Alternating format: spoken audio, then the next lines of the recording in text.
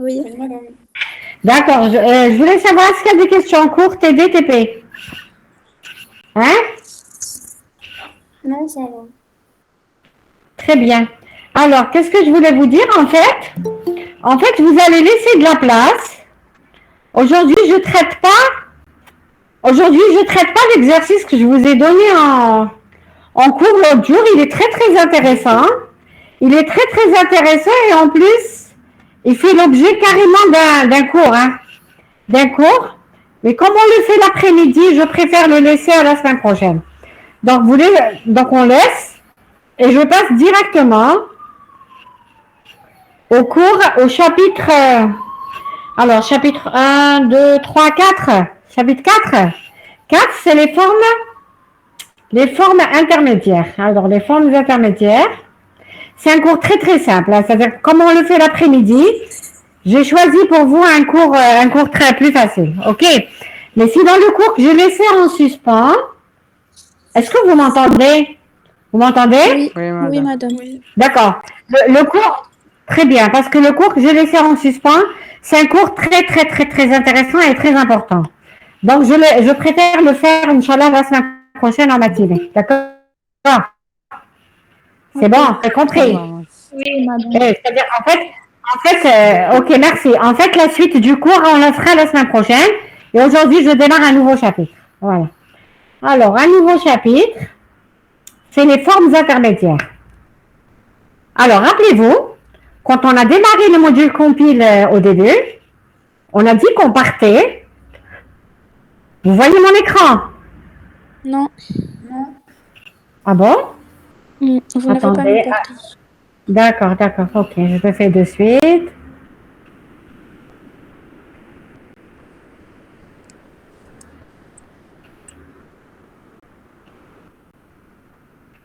C'est bon? C'est bon. Très bien. En fait, au début, rappelez-vous d'un langage, d'un programme écrit dans un langage, n'importe quoi. On n'a pas de compilateur. On est des informaticiens, on essaye de construire un compilateur. Un mini compilateur, c'est ce que vous faites en TP.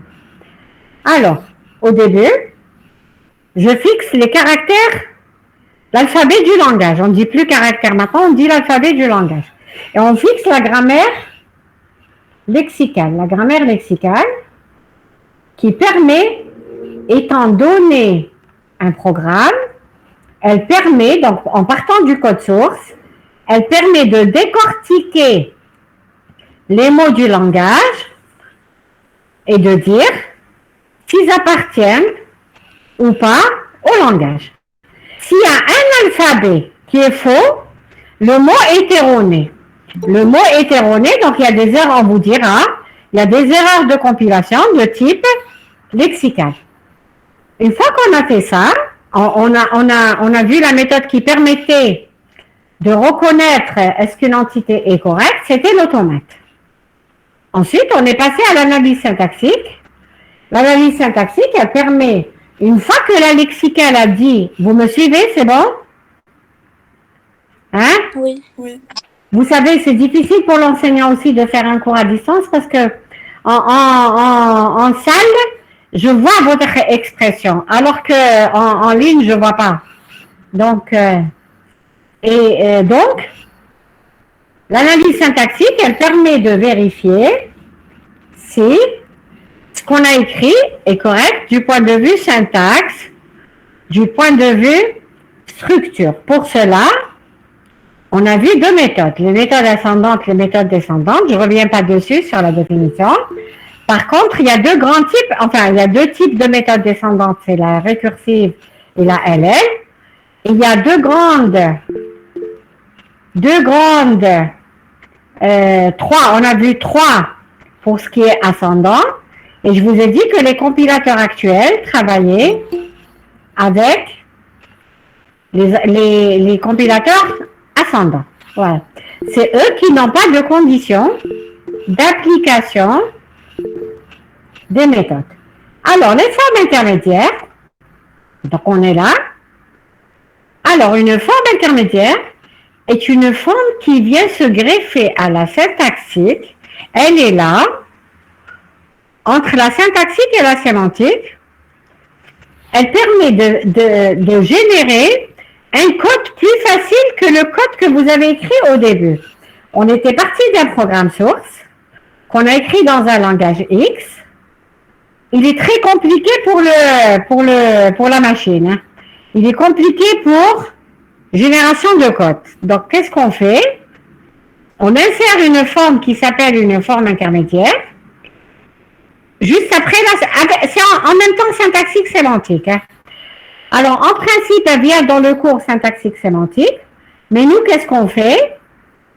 Pour faciliter la compréhension du cours, on sort ces formes intermédiaires, on les sort du cours, on les fait à part. On les fait à part. Donc, c'est un cours qui est à part, mais en principe, cette forme, elle vient se greffer en syntaxico-sémantique. Alors, l'analyse syntaxique a permis de générer deux choses. L'ATS, qui rassemble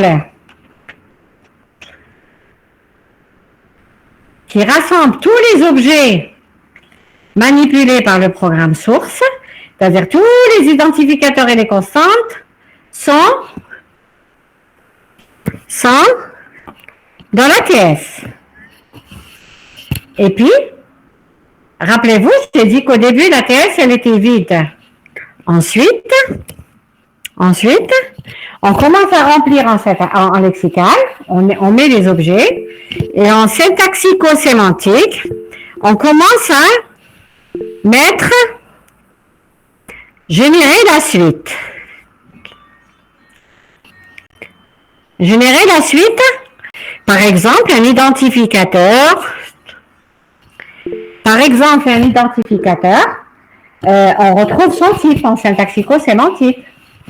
Pour un identificateur, au début, on se dit qu'il est quelconque. Alors que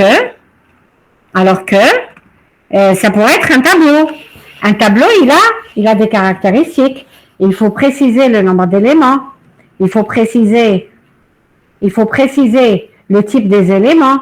Il faut préciser la borne inférieure et supérieure. Comme c'est avec ça qu'on pourra calculer la taille d'un tableau. Vous allez voir, c'est très intéressant. Dans les cours qui vont suivre, vous allez voir ce que c'est exactement l'ATS. Donc l'ATS, on met dedans tous les objets manipulés par le programme. Alors, je suis là. Qu'est-ce qu'elle génère aussi, cette forme, l'analyse syntaxique? Bien sûr, le texte. Là, on avait un programme écrit dans un langage X. Qu'est-ce qu'on a fait? On l'a décortiqué. On a fait une analyse lexicale. On a fait un scanner. Ensuite, on a fait une analyse syntaxique. On devrait garder, c'est vrai que cette analyse, elle a fait une analyse lexicale, mais elle devrait garder la trace du programme. Donc, c'est le deuxième point. On garde la trace du programme. Ça va? On appelle une forme intermédiaire. Une forme dont l'ensemble des instructions est élémentaire. Le cours est simple. Hein? L'ensemble des instructions est élémentaire. Une instruction élémentaire, elle est composée d'un opérateur et de deux opérandes. En fait, vous savez ce que c'est. Vous savez ce que c'est une forme intermédiaire. Vous l'avez vu en algorithmique. Hein? Vous l'avez vu en algorithmique. Mais là, on la reprendra avec un peu plus de détails. Alors, donc, on appelle forme intermédiaire une forme dans l'ensemble des instructions élémentaires. Qu'est-ce que c'est un opérande? Un opérande peut être une constante, une variable ou un nom de procédure. On va voir. On va traiter des exemples. Un opérateur peut être arithmétique et logique. Alors, nous distinguons plusieurs formes intermédiaires. La postfixée, la préfixée, l'abstraite, les quadruplés, les triplés directs et indirects, mais on ne va pas faire tout ça. On va juste faire la poste fixée, les quadruplés et l'arbre abstrait. Là, c'est pas abstrait, hein. L'arbre abstrait. Alors, la forme poste fixée, c'est ça que vous avez vu en algorithmique. C'est ça que vous avez vu en algorithmique. Alors, vous avez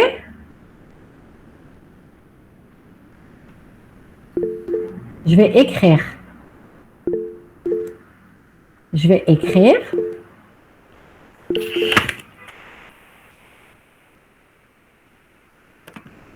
Ah, c'est du PDF. Je crois que c'est du PDF. Hein. C'est du PDF?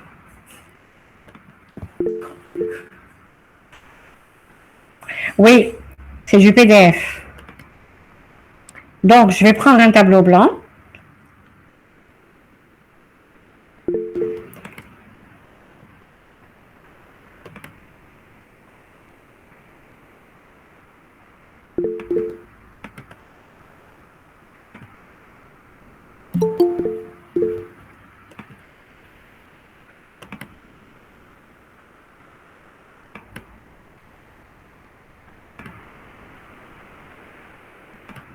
Voilà. Alors, qu'est-ce qu'on fait? Je vais prendre un tableau blanc. Qu'est-ce que c'est une forme postfixée?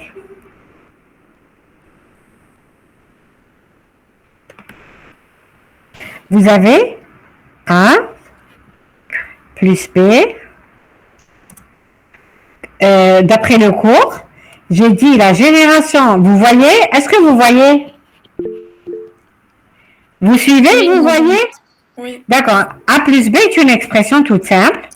Pour générer la forme postfixée, je dis tout de suite en cours, j'ai dit que une forme postfixée, c'est opérande 1, opérande 2, opérateur. Donc, c'est quoi la forme postfixée de A plus B? C'est A, suivi de B, suivi de plus.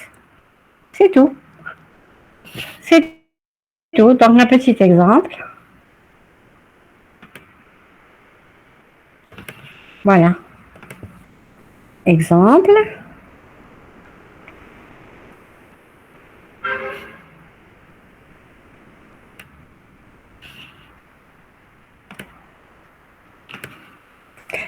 Alors.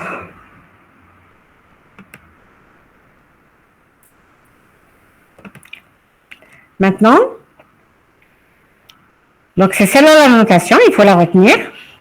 C'est quoi la forme postfixée de T1 opérateur T2? C'est ce que j'ai donné comme exemple. J'ai dit la forme postfixée de A plus B, c'est la forme postfixée de A, suivie de la forme postfixée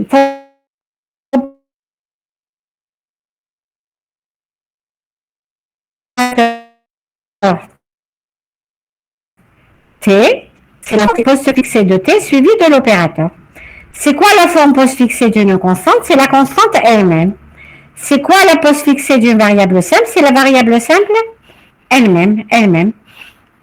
Alors, évaluation. Évaluation.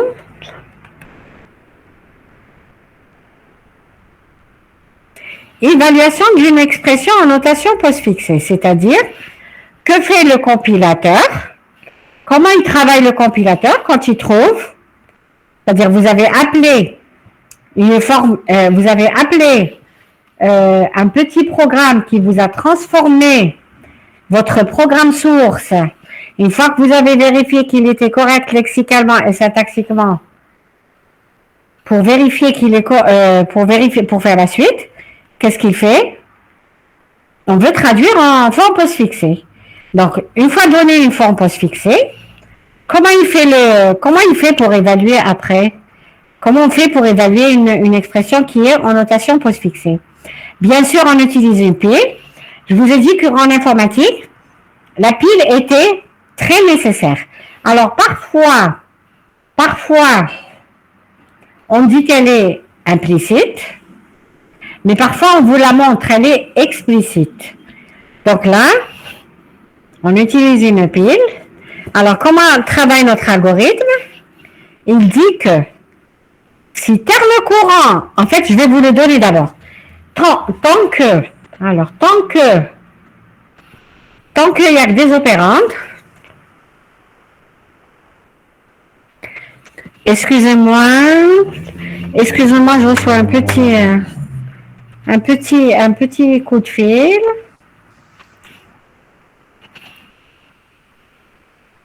Alors, je réponds de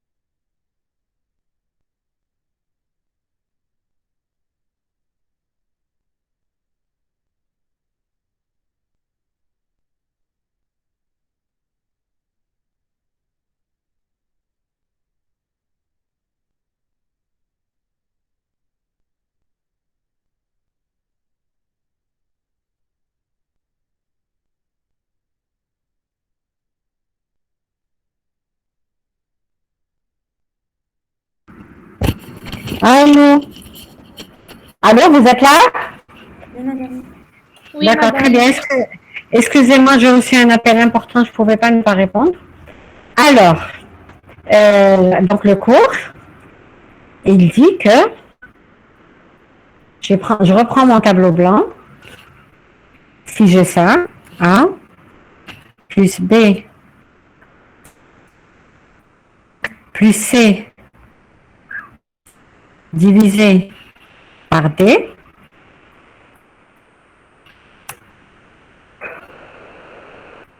Voilà. Alors, l'algorithme, qu'est-ce qu'il dit? Il dit, tant que c'est des opérateurs, il faut les empiler. D'accord? Tant que c'est des opérateurs, il faut les empiler. Dès qu'on trouve dès que c'est des opérants, on les empile. Et dès qu'on trouve un opérateur, on le laisse de côté. On le compare à la suite des opérateurs. On le compare à la suite des opérateurs. S'il est prioritaire, on commence par cette opération. Sinon, on le laisse quelque part dans une pile et on le compare au futur opérateur que l'on va rencontrer. D'accord? Donc, tant que c'est des opérants, on passe. Dès qu'on trouve un opérateur, on le compare avec d'autres opérateurs. S'il est plus prioritaire, on génère la forme postfixée. Sinon, on met en attente, on empile, on laisse dans la pile, en attendant de trouver l'opérateur le plus prioritaire. Je vous conseille, alors une astuce que je vous donne, si vous avez une expression de ce genre, A plus B plus D divisé par C, A plus B plus D divisé par C. Alors, qu'est-ce qu'on fait? Je vous donne une astuce. Quand vous avez une expression comme ça qui est assez longue, c'est-à-dire il n'y a pas qu'un seul opérateur, je vous conseille d'écrire l'opération juste en bas. Vous dites celle-là.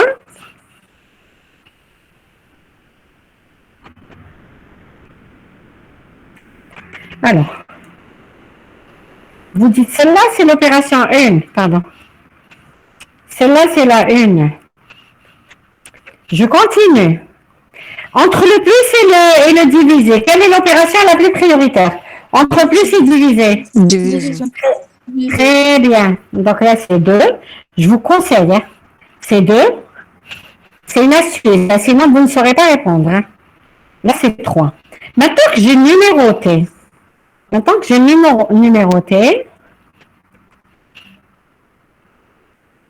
alors, A plus B,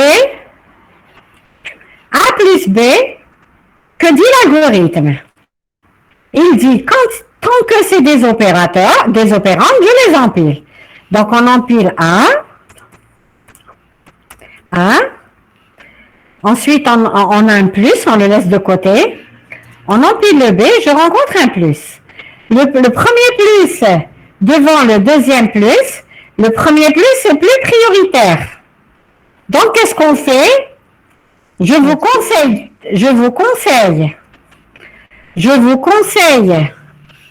d'écrire l'opération juste en bas. C'est A, B+. Comme ça, vous ne risquez pas de vous tromper. Quand vous adoptez l'astuce que je vous donne, vous allez sûrement vous en sortir. Ensuite, j'ai un plus. Donc, maintenant, le résultat, c'est ça. Hein. Le résultat dans la pile, c'est ça. C'est pas fini. J'ai un deuxième plus. Je peux pas l'empiler. Pourquoi? Je peux pas effectuer l'opération parce que un plus, il a besoin de deux opérantes. Il a le premier opérante, c'est ça, et le deuxième opérante, c'est D. Or, D, derrière le D, il y a une division. Donc, le deuxième plus, il est en attente. Vous me suivez? Oui. Très bien. Le deuxième plus est en attente, donc vous n'écrivez rien pour le moment. Vous n'écrivez rien. Par contre, ici, qu'est-ce que vous faites? Vous mettez D, C, divisé. Maintenant, je reviens à la dernière. La dernière, c'est celle-là. La première, c'est celle-là. La deuxième, c'est celle-là. La dernière, c'est celle-là. Maintenant, la dernière, le deuxième plus, il a besoin de deux opérantes. Le premier, c'est ça. Et le deuxième, c'est ça. C'est bon. Donc, vous mettez plus. Voilà. Pardon. Plus. Que dit l'algorithme?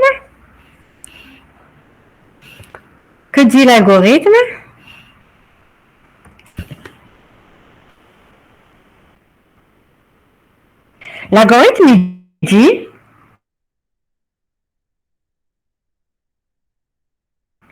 tant que c'est des opérateurs, c'est un opérateur, il faut le comparer. Donc voilà la forme postfixée, celle-là, c'est la forme postfixée de l'expression précédente. Ok? C'est bon? C'est bon? Très bien. Parfait. Je fais le cours avec 27 étudiants. Slimani, Oui. c'est la sous-déléguée, c'est ça? Eh ben, tu vois, vous pensez que c'est facile de faire un cours avec 27 étudiants sur une section de plus de 100. Plus de 100. Même le délégué officiel, je ne le vois pas. Il est là, Walid Renaïd? Renaïd, tu es là? Non, il n'est pas là. Je suis déçue. Alors, je continue quand même. Donc, voilà ce que dit l'algorithme. Il dit, si terme courant est un opérand, je l'empile, j'avance. Si terme courant est un opérateur binaire, parce que bien sûr, les opérateurs binaires et unaires sont traités différemment, qu'est-ce que je fais? Je dépile les deux opérandes, j'évalue l'expression comme je viens de faire, et j'empile le résultat dans une variable, j'avance. Sinon, qu'est-ce que je fais? Le sinon, si c'est un opérateur unaire, je dépile, j'évalue l'expression et je réempile. Exemple, il est là l'exemple, il est là. L'exemple est là. Alors, vous allez me dicter l'exemple. Hein. Vous allez me dicter. Je prends mon tableau blanc. Dictez-moi l'exemple, s'il vous plaît. C'est A. Moins C. Moins C. A moins C. D Oui. fois Plus Moins C. plus D fois E. D fois E. Plus D. fois E. Fois E. D'accord. C'est tout. C'est celle-là. Oui, c'est tout. Très bien. On va générer la forme postfixée selon ce que je viens de vous dire. Qu'est-ce qu'il dit l'algorithme? Il dit tant que c'est des opérandes, je les empile. Attendez. Non, il faut d'abord traduire. Traduire en forme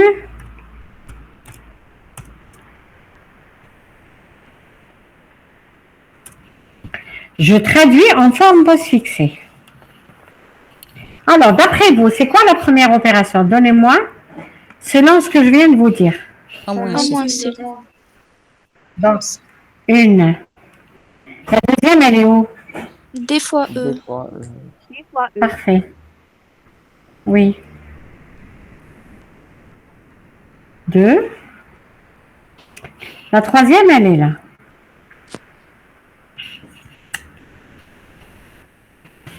Troisième, elle est là. Faites-moi tout de suite. Je vous donne 2 secondes. Je vous donne 2 secondes. Donnez-moi la forme postfixée. 2 secondes. Hein. Madame. Alors, qui c'est le plus... Ce qui fait 2 secondes. Qui c'est le plus fort? On est tous forts. Écrivez. Ah, vous êtes tous forts. Qui c'est qui parle? Toi, tu. Très bien, j'aime bien ça. Ok, toi, tu. Très bien, vous êtes tous forts. Faites-le moi par écrit, par écrit, par écrit.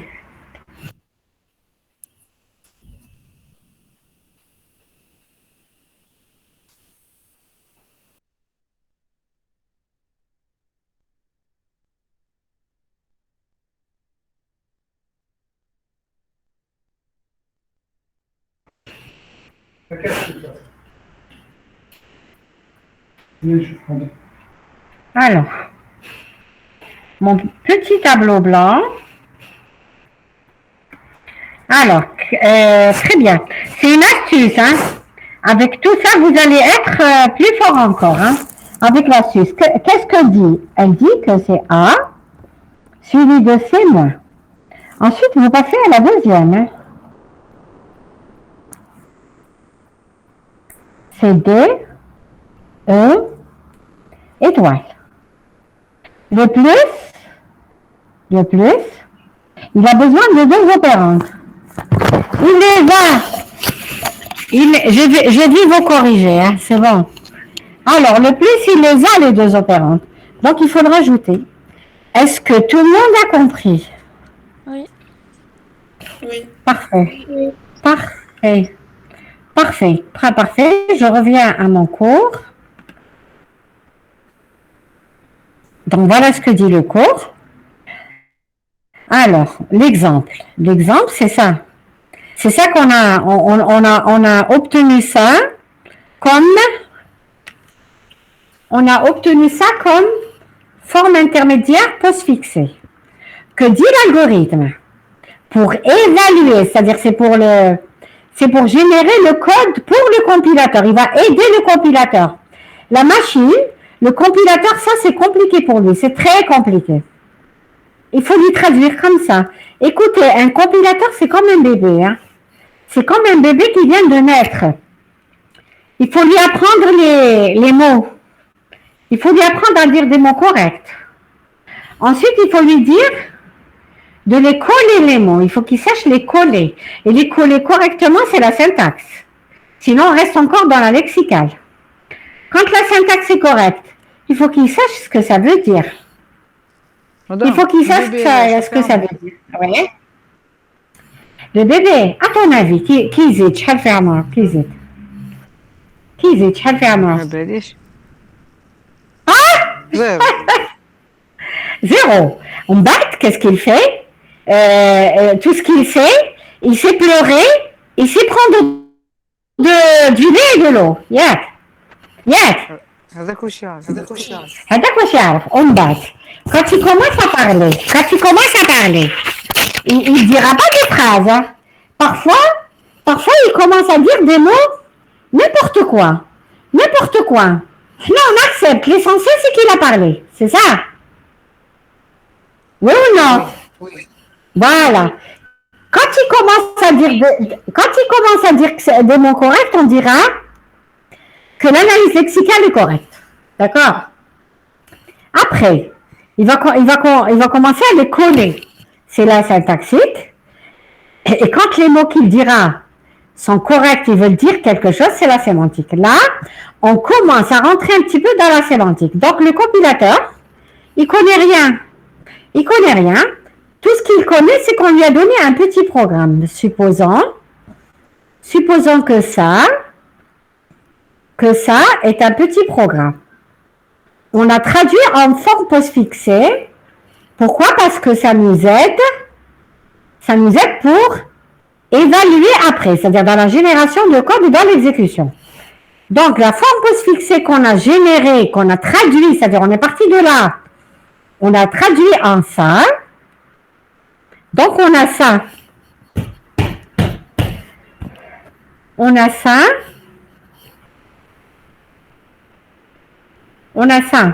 Que dit mon algorithme?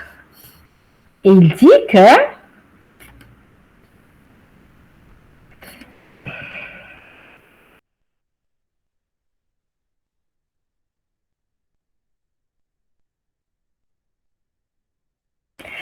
alors, attends, j'ai perdu le... Où est-ce que j'étais? L'algorithme, il est en haut l'algorithme, hein? Il dit tant que c'est des opérandes, je les empile.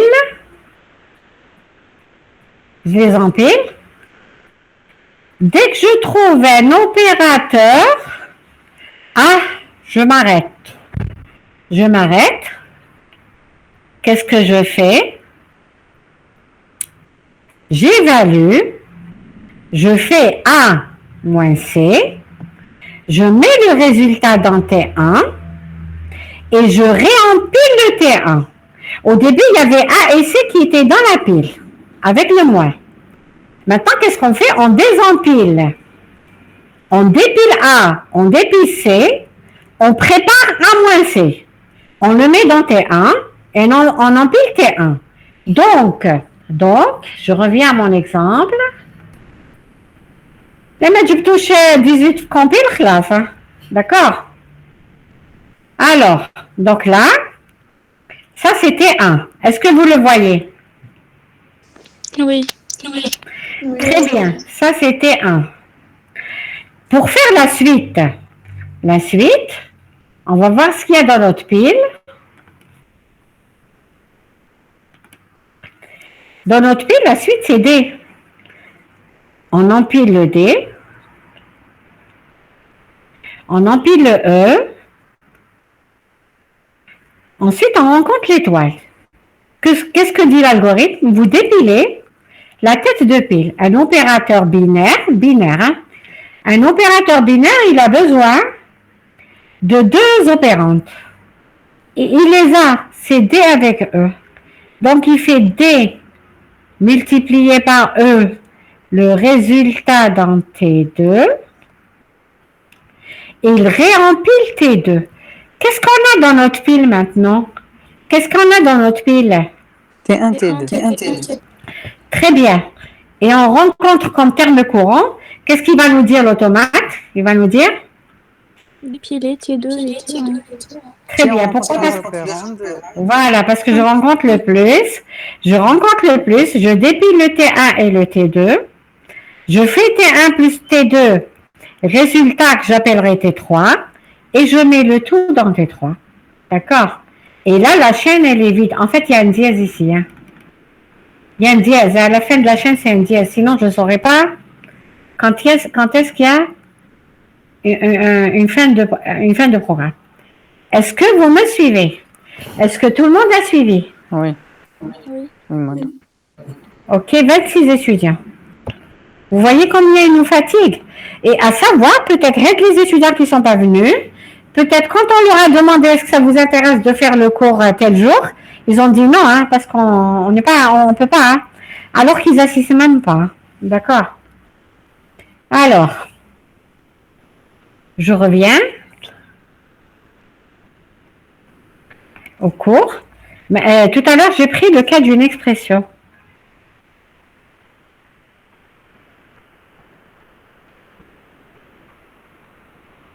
Voilà, j'ai pris le cas d'une expression ici. Maintenant, je prends le cas d'une variable simple. C'est quoi la forme postfixée de ça? C'est la forme postfixée de var, suivie de la forme postfixée de l'expression, suivie de 2 points égales. En fait, l'opérateur le moins prioritaire,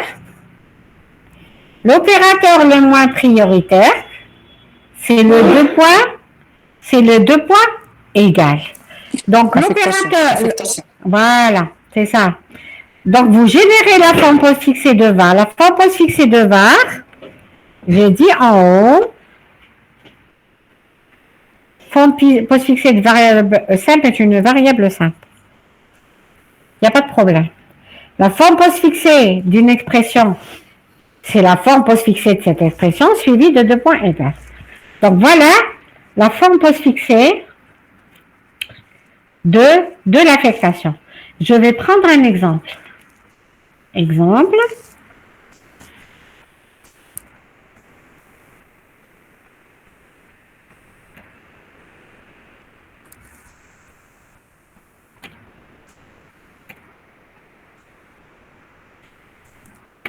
Alors, l'astuce que je vous ai donnée, c'est quoi? L'astuce, vite. Numéroter les... Écrire le numéro des opérations. Très bien. Elle est où la première? La multiplication. Attendez. D'abord, j'empile le A. Le A, je l'empile. Hein. Je l'empile, je rencontre le 2 points égales, je le laisse. Hein. Je rencontre. Le A. Je l'empile. Ensuite, je rencontre le B. Attendez, je préfère adopter d'abord l'astuce que je vous ai donnée. Elle est où la première?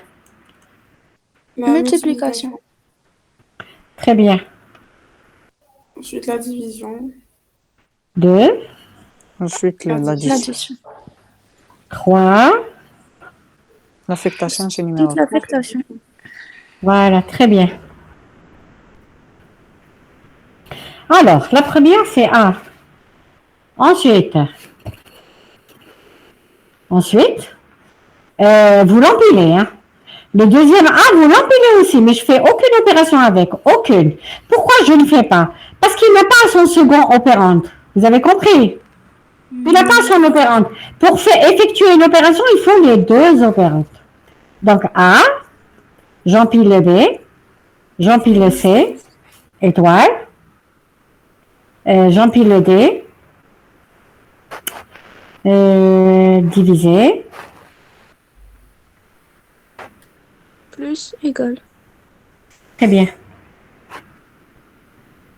Vous allez remarquer, avant de faire cette étoile, il me fallait les deux opérandes, ils sont là. Ensuite, avant de faire la division, il fallait les deux opérandes, B, C et D. Je les ai. Pour faire le plus, il fallait tout ça, avec A, je l'ai. Et pour faire celle-là, j'ai empilé le A, j'ai empilé la forme postfixée de l'expression. Regardez ça, c'est postfixé de var de A.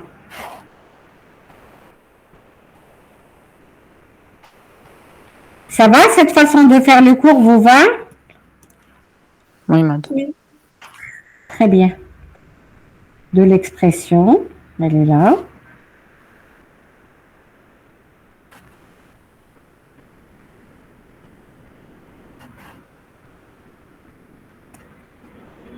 Cherche la parenthèse, elle est là.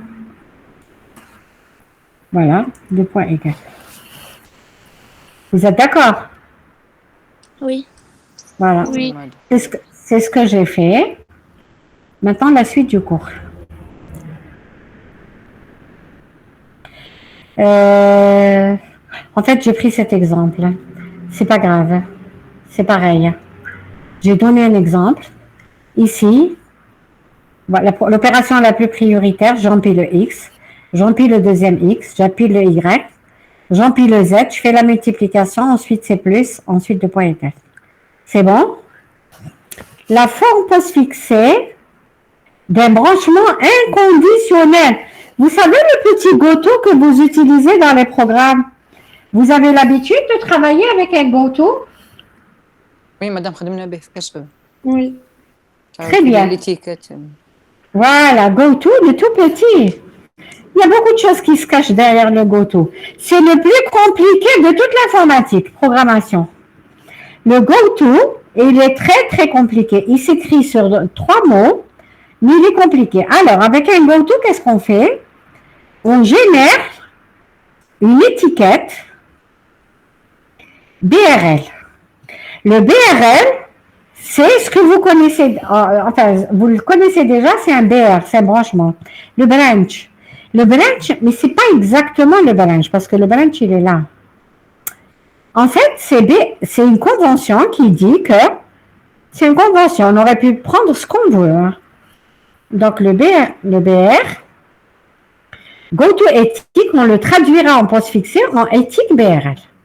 Ou alors, en branchement opérande, où opérande est une position de la chaîne postfixée. Je vais prendre un exemple.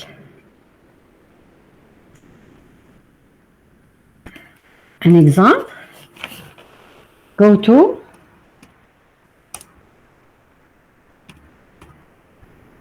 C'est un exemple. Vous avez deux façons de le traduire. Deux. Soit vous le traduisez bêtement, je dis vraiment bêtement, en étiquette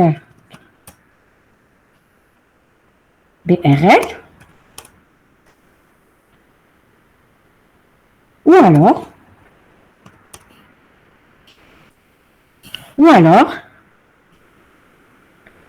en branchement, ce que vous connaissez en branch, position,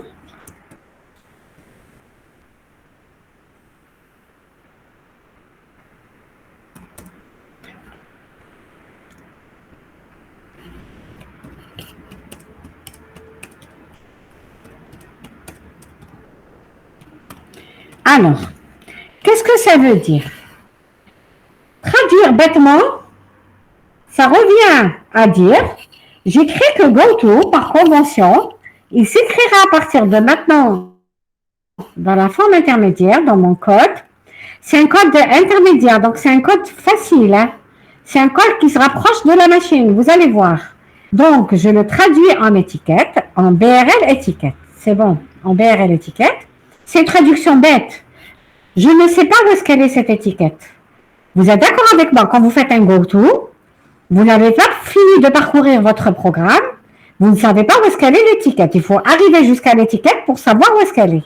Vous êtes d'accord avec moi? Oui. Vous êtes d'accord? Celle-là, c'est une deuxième, en fait, avec la première méthode, que fait le compilateur? Il traduit d'abord tous les GoTo en BRL. Quand il termine le programme, il aura trouvé les étiquettes. Donc, il revient, il va traduire tous les BR en BR. Ça, c'est la première méthode. Hein. La deuxième méthode, elle est plus longue, mais plus facile. On dit que c'est à 2 passes. Il fait ça en 2 passes. Il traduit d'abord tous les GoTo bêtement en BRL. Et quand il trouve les étiquettes à la fin du programme, hein, il remonte, il reparcourt, il met à jour. La deuxième méthode, il traduit directement ici, directement le GoTo étiquette en BR, mais il traduit dans une position qu'il devra connaître. C'est-à-dire, même s'il ne la connaît pas, il laissera du blanc ici. Il laissera du blanc. Il écrit BR, mais il mettra du blanc. Quand il va trouver l'instruction étiquetée par l'étiquette, c'est-à-dire quand il va trouver par exemple étiquette X égale V plus A, quand il va trouver cette étiquette, il saura exactement la position. Est-ce que vous avez compris? C'est tout simple. C'est bon? Oui. Très bien. Alors, je vous mets maintenant sur le paragraphe 3.1.3. Je vous laisse 2 secondes. Vous lisez la suite. Et je suis à vous, d'accord? Je vous laisse vous reposer un petit peu. Essayez de lire ça. Essayez de lire ça. Essayez de lire ça, branchement conditionnel. Essayez de le lire, je reviens tout de suite. Enfin, je reviens, je pars pas. Hein. Juste, je vous laisse...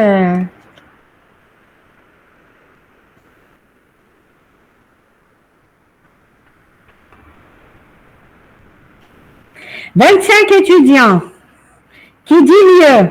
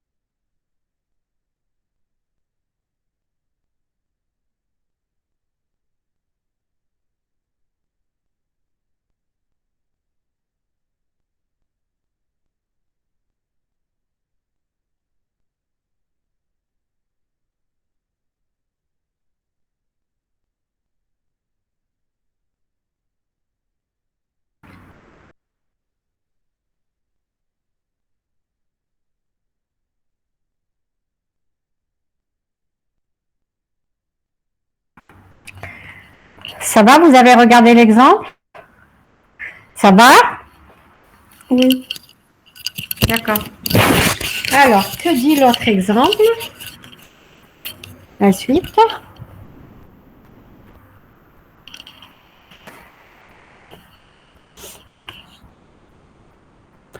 Alors, un branchement conditionnel, c'est si. Un branchement conditionnel, c'est si. Alors, si. Je prends d'abord un exemple.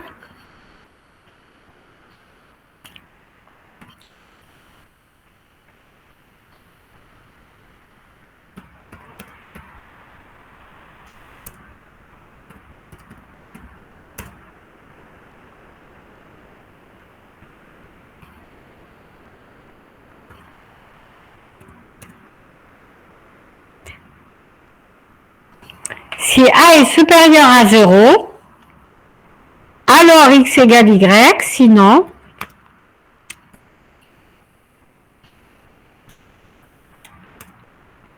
A égale B.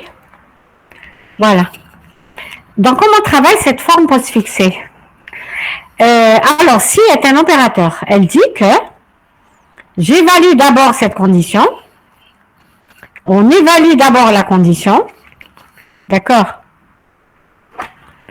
On évalue d'abord la condition.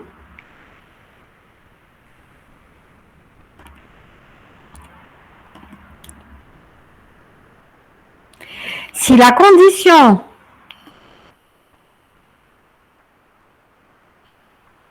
on évalue la condition. Si la condition, alors à partir de maintenant, dans les programmes, dans les algorithmes, parce qu'on va écrire des algorithmes, dans les algorithmes que vous allez écrire, vous n'allez pas dire si A est plus grand que B, alors. Vous allez dire que si la condition est fausse, vous me suivez? Oui. Vous me suivez? Si la condition est fausse, allez au else. Sinon, faire le then.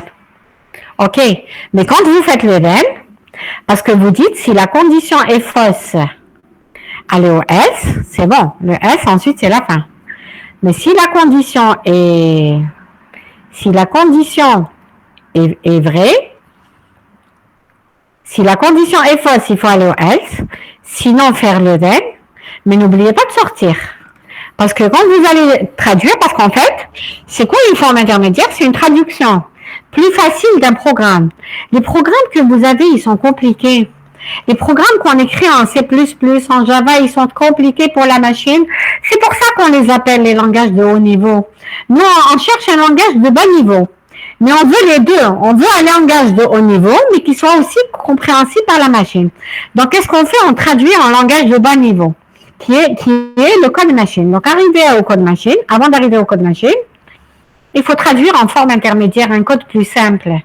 Et c'est ce code plus simple pour lequel on va générer du code objet. Donc, si la condition est vraie et fausse, moi je teste la fausse d'abord. Hein.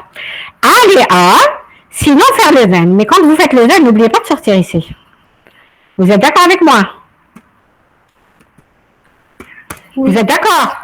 Parce que sinon, il va aller en séquence. S'il va en séquence, est-ce que c'est une erreur de compilation ou d'exécution? Question. S'il va en séquence, il fait et le then et le s. Est-ce que c'est une erreur de compile ou d'exécution? D'exécution. Qui c'est qui parle? Slimani? Non. Toi, tu? Oui. D'accord. Et les autres? J'aimerais bien écouter les autres. Est-ce que c'est une erreur d'exécution ou de compilation? Puisque la compilation, عندك les entités correctes ou la syntaxe correcte. Donc il حق l'exécution ما نقدرش يديرهم في جوج. Non, mais tu as oublié la sémantique. La sémantique peut se rendre compte. Mais la sémantique, elle suit la syntaxe. Hein. Si tu as bien traduit, tu as décidé que dans ta traduction, en fait, ce que vous dites est bon, hein. C'est-à-dire les trois étudiants, c'est bon. Hein. C'est-à-dire, en fait,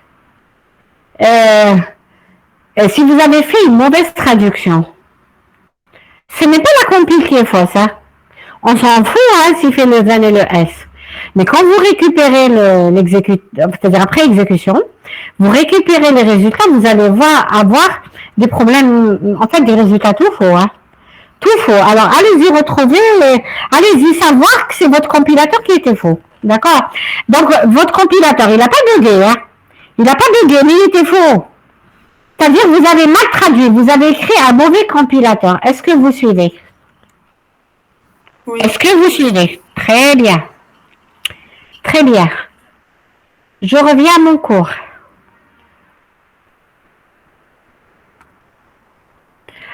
Alors, si vous êtes... un opérateur de comparaison, c'est-à-dire un branchement conditionnel, c'est ainsi. C'est opérande 1, suivi de l'opérande 2, suivi de l'opérateur de comparaison par rapport à 0. En fait, ça c'est une remarque. La forme postfixée, elle ne traduit pas, la forme postfixée ne traduit pas en... Enfin, j'aurai la remarque après.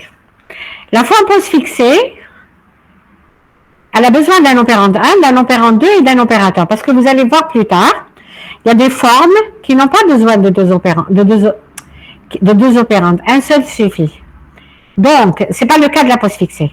Alors, opérande 1, c'est la forme postfixée de la condition. Opérande 2, c'est la forme postfixée, c'est la position dans la chaîne postfixée. Et les opérateurs de comparaison sont... Alors, BZ, c'est branch, to branch if 0. BNZ, c'est se brancher, to branch if non equal to 0. BP, c'est to branch if le résultat is positif. BPZ, s'il est positif ou nul. BM, négatif. Et BMZ, négatif ou nul. Je reviens à mon exemple. L'exemple est là. Que dit l'exemple? D'après le cours, il dit, c'est la forme postfixée de la condition.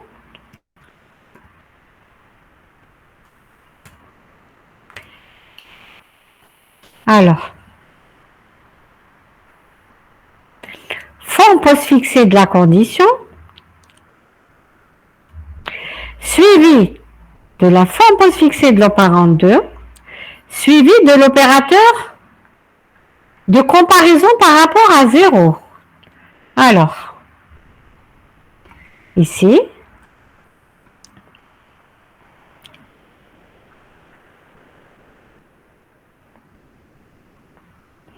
je vais enlever le else, je vais garder que le then. Ça sera plus facile pour vous dans un premier temps. Après, il y a l'exemple qui regroupe tout. Voilà. Donc, forme postfixée de la condition. Si la condition, bon, allez, je laisse le S. D'une bière deux coups.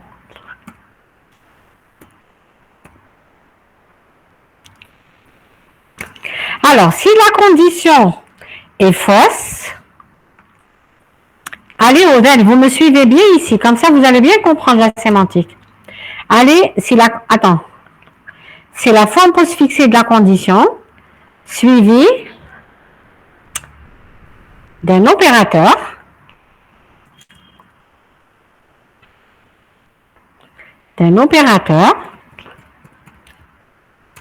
mais il faut lui dire où est-ce qu'il doit aller. Il faut lui dire où est-ce qu'il va. Est-ce que quand vous évaluez, donc ça c'est opérande 1, la position c'est l'opérande 2, et ici c'est l'opérateur de comparaison. Alors, quand vous faites si A est plus grand que B, est-ce que vous savez où est-ce qu'il faut aller? Est-ce que vous savez quand vous testez la condition? On ne sait pas encore. Oui. Qui c'est qui va le savoir? Quand est-ce qu'on le saura? Moi, l'évaluation. Mieux. Quand est-ce qu'on le saura mieux que ça encore? Quand est-ce qu'on connaîtra où est-ce qu'il doit se brancher le si, le alors ou est-ce qu'il doit aller vers le alors ou le else? Quand est-ce que? Hein? C'est pendant l'exécution. Vous avez un programme. Vous avez une condition qui s'appelle si.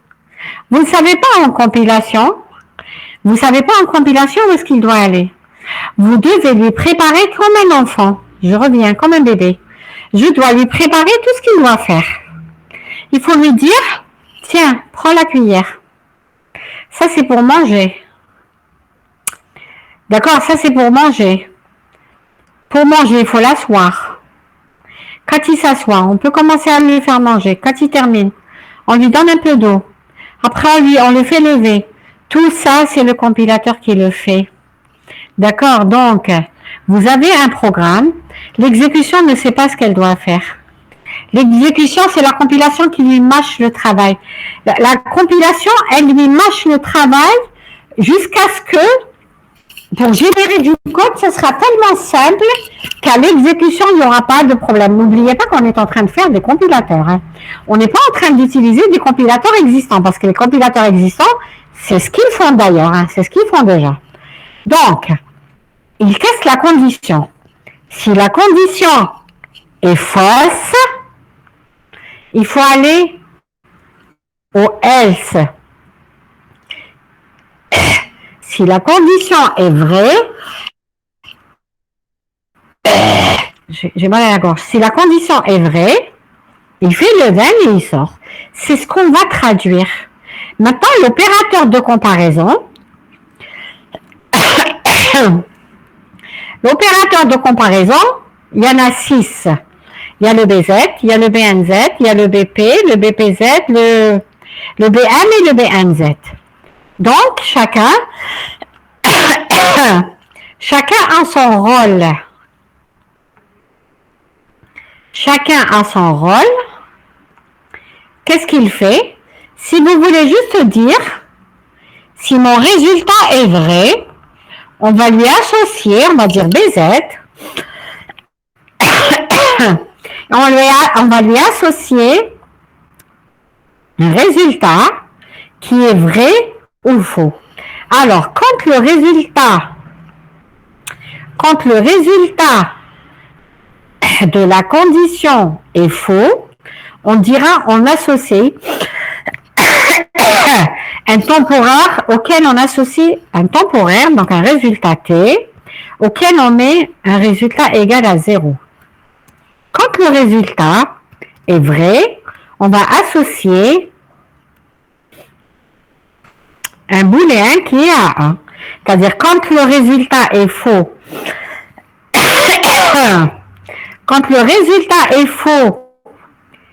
c'est 0. Quand le résultat est vrai, c'est 1. Voilà. Alors, cours. C'est tout ça. Tout ça. Je reviendrai pour un exemple plus long. Hein. Plus long. Alors, ici, un tableau. Comment vous écrivez un tableau en Java? Un tableau en Java, dites-moi.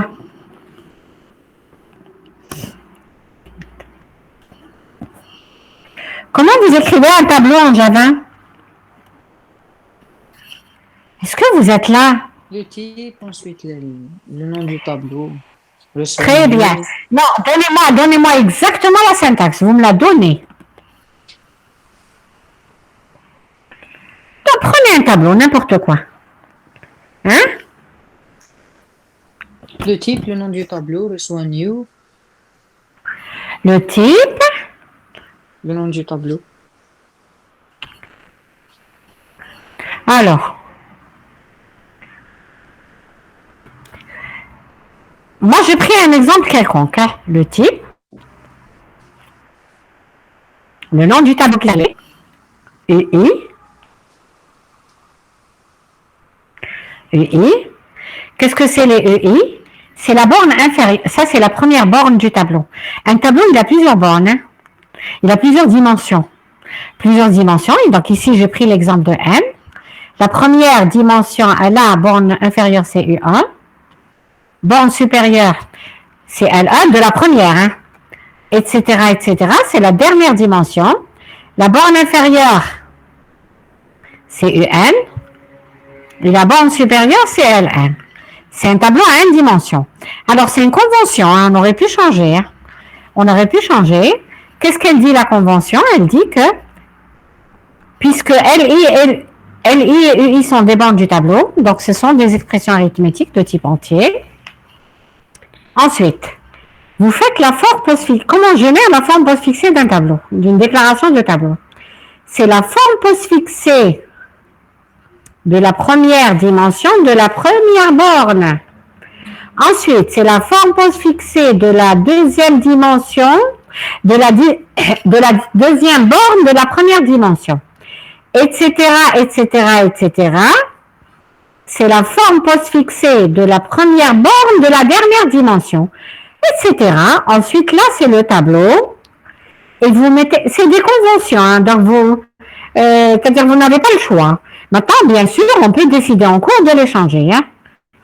Alors, ADEC pour dire que c'est un tableau, parce que sinon on ne saura pas ce que c'est. Alors, ADEC, c'est un opérateur.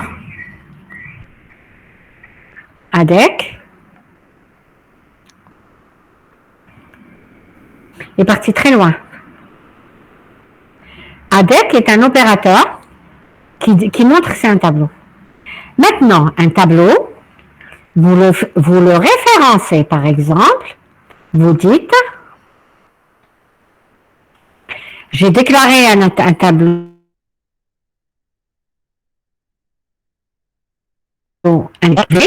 etc., etc.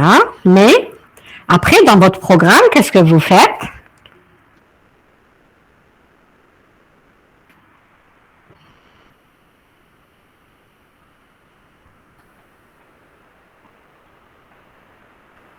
Dans le, qu'est-ce que je disais? Oui, dans la référence, qu'est-ce que vous dites? Vous dites A, plusieurs fois en informatique, vous écrivez A de I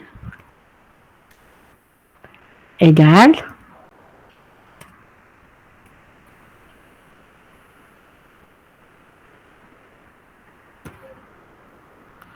combien de fois vous avez écrit ça dans des algorithmes? Combien de fois?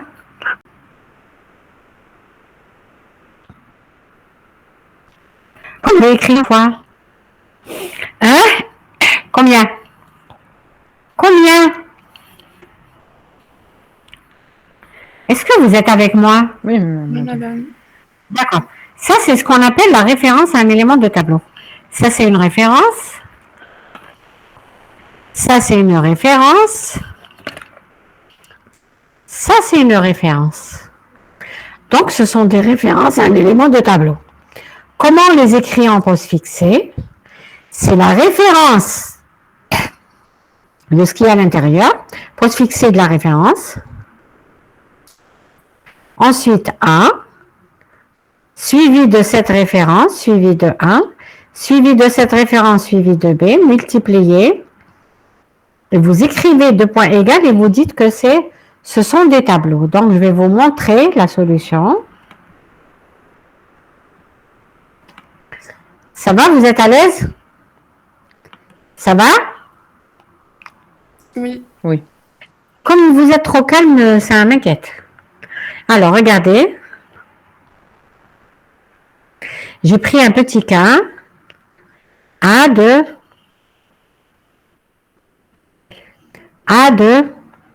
IJKLM. Donc, c'est la forme postfixée de la première expression. Suivi de la deuxième, etc. Ensuite, vous écrivez A. C'est le nom du tableau. Après, vous dites que c'est une référence à un élément de tableau. Là, c'est pour dire que c'est un tableau. Là, c'est pour dire que c'est une référence à un élément de tableau. C'est pas pareil. C'est pas pareil. Donc, je reviens à mon exemple. J'ai écrit que je voulais vous expliquer qu'est-ce que c'est A de I. A de I, c'est la référence I suivie de A, c'est le nom.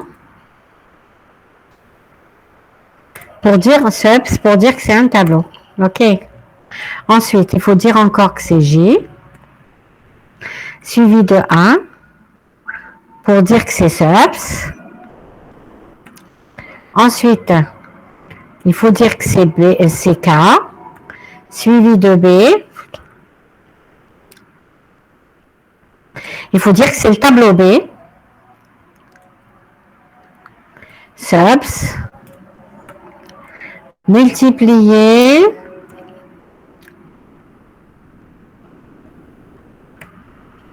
Est-ce que c'est bon? Est-ce que c'est bon? C'est la forme postfixée de ça, suivi de la forme postfixée de ça, suivi de la forme postfixée de ça. Mais il ne faut pas oublier que, toujours la priorité des opérations, vous empilez le A de I. J'ai empilé le A de I, c'est ça. Il faut empiler le A de J, c'est ça. Il faut empiler le B de K, c'est ça. Deux points égaux. Maintenant, il faut dire, si vous voulez revenir à l'histoire des priorités. Hein. Alors, l'histoire des priorités. La première, c'est celle-là. En termes de référence, hein, c'est celle-là. Ensuite, vous me suivez? En termes de référence, hein, 2 points. C'est la troisième. Multiplié. C'est la quatrième, pardon.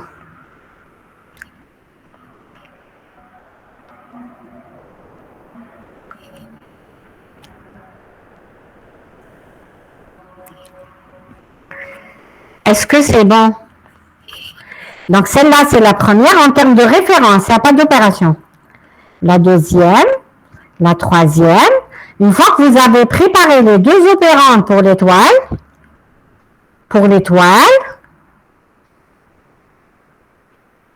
ils sont dans la pile. Vous générez l'étoile. Ensuite, celle-là, elle a besoin de deux. C'est une affectation. J'affecte quelque chose dans une variable. Ce quelque chose y est. Ce quelque chose y est, il manque l'opérateur. Est-ce que c'est bon? Oui. Très bien. Parfait. 22 étudiants, qui dit mieux? Très bien de me faire fatiguer pour 20 étudiants. Non, oui, ça vaut la peine. Hein. Oui, ça vaut la peine, oui. Ah non, en vrai, genre, on est plus que 22. Enfin, le nombre de participants, il est en bagarre. Ah, attends, j'ai oublié de le regarder. Tu me restes... Oh, qui c'est qui parle? Slimane, il est 31 étudiants quand même. 31 étudiants, c'est pas mieux. Oui, c'est mieux que 22, mais c'est pas... Écoutez, il y a quand même une grosse section. C'est une grosse section, une très grosse section même. Hein. Ça fait longtemps qu'on n'a pas eu une grosse section comme celle-là. Hein. Comme celle-là. Voilà. Alors, vous êtes des étudiants de L3. J'ai oublié. Vous n'êtes pas de... J'ai oublié, je pensais que c'était des masters. J'allais vous dire pour ceux qui feront master, bon, ils se mettent en contact avec moi. Non, c'est des licences. Alors, où est-ce que je vais à mon cours? Maintenant, la forme postfixée de l'instruction Yves-Lanès. En fait, tout à l'heure, je l'ai faite. Mais je n'ai pas donné trop de détails. D'accord, j'ai été un peu vite. Alors maintenant, c'est quoi une instruction Yves-Lanès? C'est if, condition, then, instruction 1, S, instruction 2. Je vous ai dit quelque chose pour faire des programmes, pour gagner en optimisation de programmes en taille mémoire. C'est pas bien de faire, quand vous écrivez des programmes, c'est pas bien d'écrire si A est supérieur à B, go to quelque chose et le go to il vient juste après. Vous êtes d'accord avec moi? Regardez, c'est la programmation. Vous écrivez ça.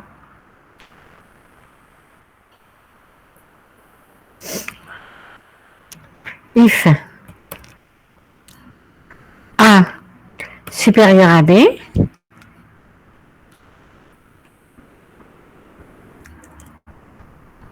Then, go to 1.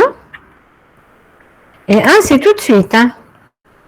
Go to 1. 1, c'est 2 points égales A.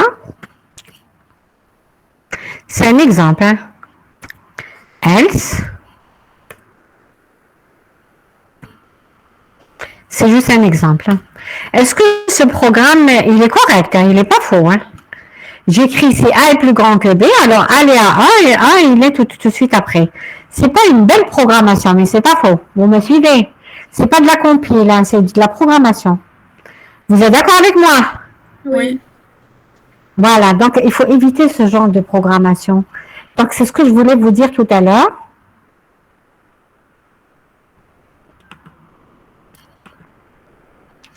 C'est ce que je voulais vous dire tout à l'heure, c'est la forme postfixée de la condition, suivie de l'opérateur qui dit est-ce que le résultat est vrai ou faux. C'est branch if equal to 0. Je vais me brancher si la condition est fausse, je vais aller au else. C'est bon, c'est une bonne programmation celle-là. Si la condition est fausse, allez au else. Mais quand je suis là, est-ce que je connais la position de la condition? Est-ce que je le connais? Non. Je connais pas. Quand est-ce que je connaîtrai la bonne position? Quand est-ce que?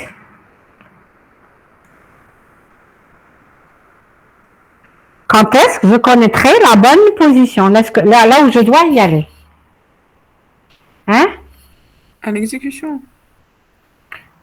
Oui, je connaîtrai la bonne position à l'exécution. Mais en compilation, je connaîtrai le code. Hein. Je sais où c'est. C'est quand j'arriverai à l'instruction 2. Vous êtes d'accord?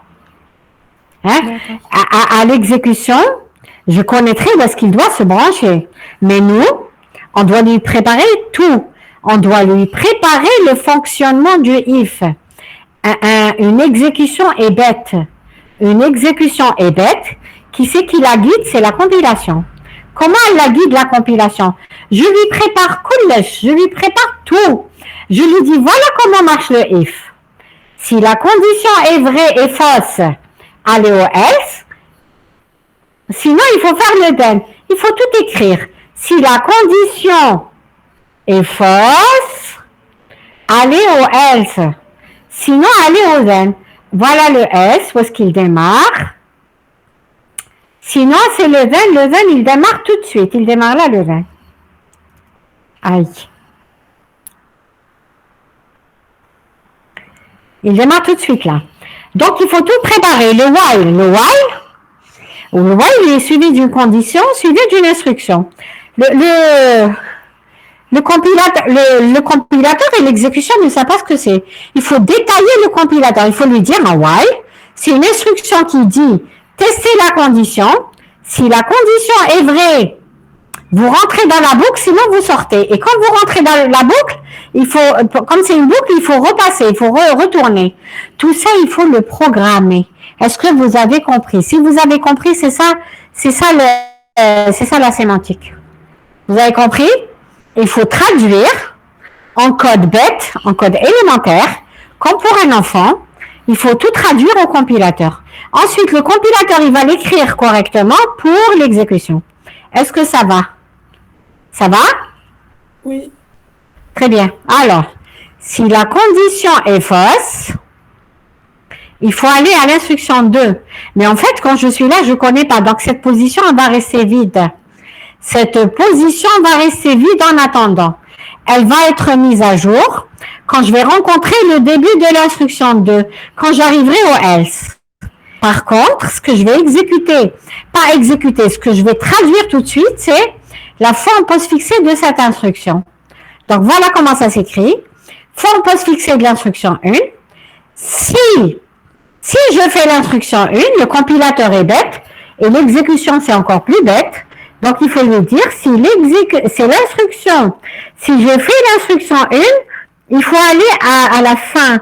C'est fin to branch To branch to the end. C'est aller à la fin. C'est aller à la fin. Et cette fin, elle est là. Je la connais pas ici. Je la laisse à blanc. Je génère juste l'opérateur, pardon. Je génère l'opérateur et je le laisse à blanc.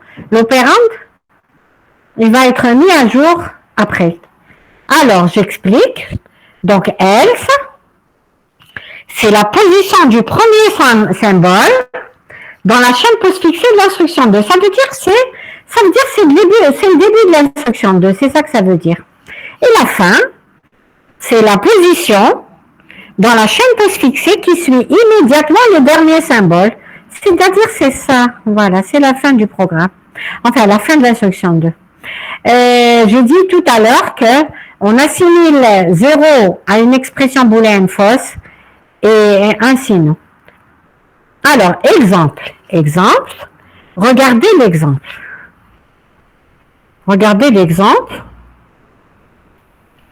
Si A est différent de B, then, c'est ça. Sinon, c'est ça. N'oubliez pas qu'est-ce que j'ai dit. J'ai dit que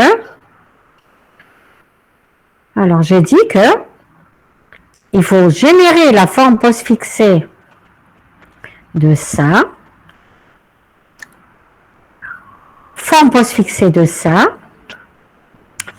Dire que si le résultat est faux, il faut aller au then que je ne connais pas encore, donc je le laisse à blanc.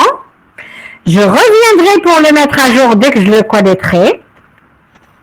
Sinon, j'exécute le then et je sors du then par un BR. Sinon, c'est faux.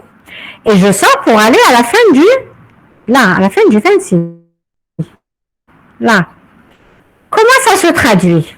Forme postfixée de A différent de B. En fait, une remarque, A différent de B,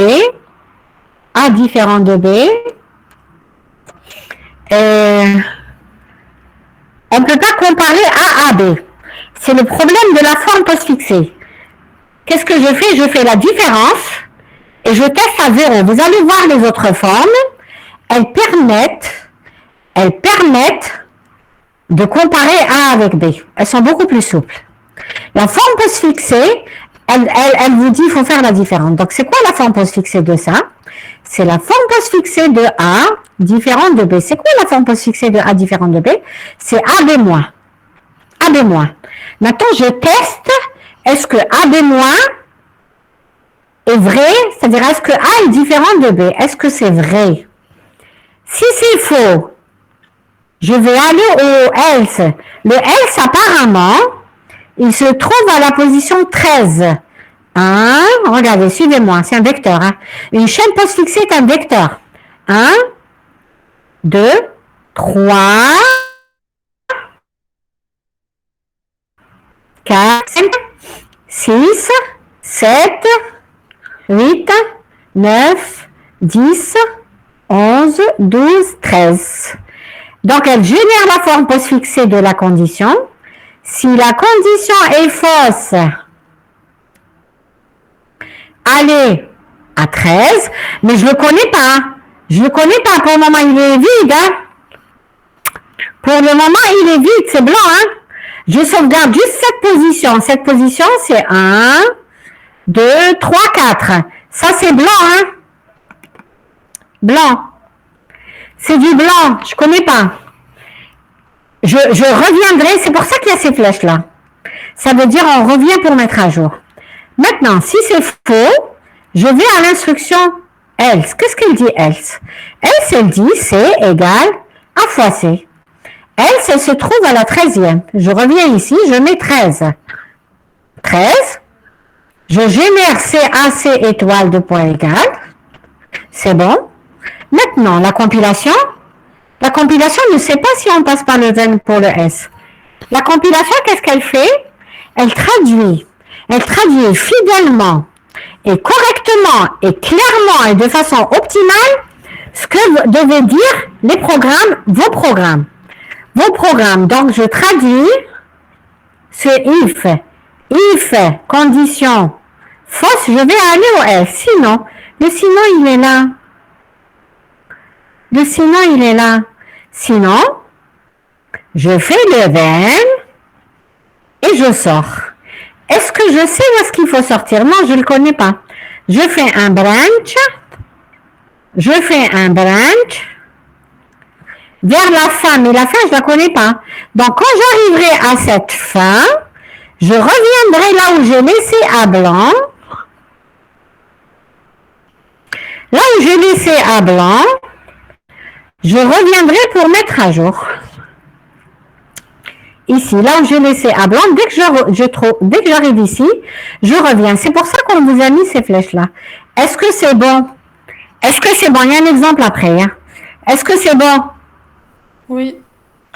Très bien. Alors, ça, c'est ce qu'on appelle la forme postfixée, qui dit que la forme postfixée, c'est opérande 1, opérande 2, opérateur. Maintenant, la forme préfixée, c'est le contraire. C'est comme la postfixée, mais l'opérateur, il vient avant. C'est opérateur, opérande 1, opérande 2. Mais je ne la fais pas, on la fait pas, on n'a pas le temps. On va passer au quadruplé. Mais comme c'est l'heure, je vous laisse potasser tout ça. Et on se retrouvera. Attends, je vois ce qui me reste. Hein.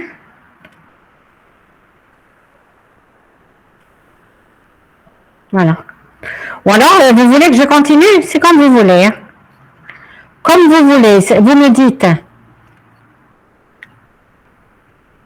Qu'est-ce que vous voulez? Hein? Je fais au moins l'exemple. Je fais l'exemple. Je fais l'exemple. Est-ce que je fais l'exemple? Madame, c'est l'exemple de la poste fixée. Là, non, la poste fixée, je l'ai fait, il est là, regardez. Le if. Les tableaux, j'ai pris, les références, j'ai pris, ils sont là. D'accord. Maintenant, la deuxième forme intermédiaire, c'est rapide, hein, c'est rapide. La deuxième forme intermédiaire, c'est les quadruplés. Les quadruplés, ils sont beaucoup plus simples que la poste fixée. En fait, ils vous permettent de sauvegarder un résultat dès que vous l'évaluez. Dès que vous générez l'opération de l'évaluation, il vous dit vous pouvez le stocker. Mais comment ça marche? La syntaxe, c'est opérateur, opérande 1, opérande 2 et le résultat. Le temporaire, c'est le résultat. Le temporaire qui contient le résultat. Par exemple, ici, c'est très facile. Quelle est l'opération la plus prioritaire ici? Quelle est? Très bien. Alors, c'est multiplier A par B résultat dans T1. Stop. Ensuite, prochaine opération. Division. 2. Le résultat T1 divisé par C résultat T2. Ensuite, plus T2. Tout ça, c'est T2. Avec D, c'est T3. Donc, très, très simple. En fait, elle vous permet de comparer deux opérandes. Alors que la postfixée, elle vous dit, il n'y a pas de résultat temporaire. Elle vous dit, vous faites tout de suite la différence. En fait, on teste un résultat. Alors, T1, T2, T3, on les appelle les mémoires de manœuvre. C'est des mémoires de stockage.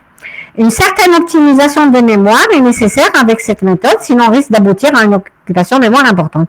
Pourquoi? Parce que imaginez que vous avez un long programme. Et que vous inventez des résultats, des temporaires résultats à volonté. Ça veut dire que, écoutez, vous allez saturer en variables. Donc, par exemple, dans un programme, on vous l'a toujours dit en algorithmique, quand vous n'utilisez pas une variable, vous êtes sûr de ne pas l'utiliser, vous pouvez la réutiliser pour une autre opération. Vous êtes d'accord avec moi? Très bien, j'ai affaire à des informaticiens, pas des matheux. Remarque, nous n'avons pas toujours les trois opérandes. Ça, c'est un cas particulier, on verra après. C'est la suite du cours. Ça va? C'est-à-dire, en principe, c'est les deux opérandes, mais il y a ce qu'on appelle les opérateurs. Ceux-là sont des opérateurs unaires. Il y a ce qu'on appelle les opérateurs binaires. Ça, c'est les binaires. 2 opérandes. Après, on verra les uneurs. Est-ce que vous êtes d'accord avec moi? Oui. Oui. Est-ce que je vous ai pas trop ennuyé? Non. Non, ça va. Très bien. Est-ce que vous suivez en TD aussi? Est-ce que vous arrivez à appliquer cours TD? Oui. D'accord. Si vous avez des problèmes, vous m'appelez. Je peux faire une séance Google Meet avec vous à n'importe quelle heure. Hein. L'essentiel, c'est que vous m'avisiez avant. D'accord? D'accord. Ok. Merci. Très bien. Allez, au revoir. Les étudiants qui m'ont envoyé des exercices, c'est bon, j'ai corrigé. On en parlera, parce qu'en fait, c'est la solution du prochain cours. Donc, on en parlera le prochain cours. Inch'Allah. OK? Oui. Merci. Allez, au revoir. À dimanche, Inch'Allah. Inch'Allah, merci. Au revoir. Bon courage. Merci.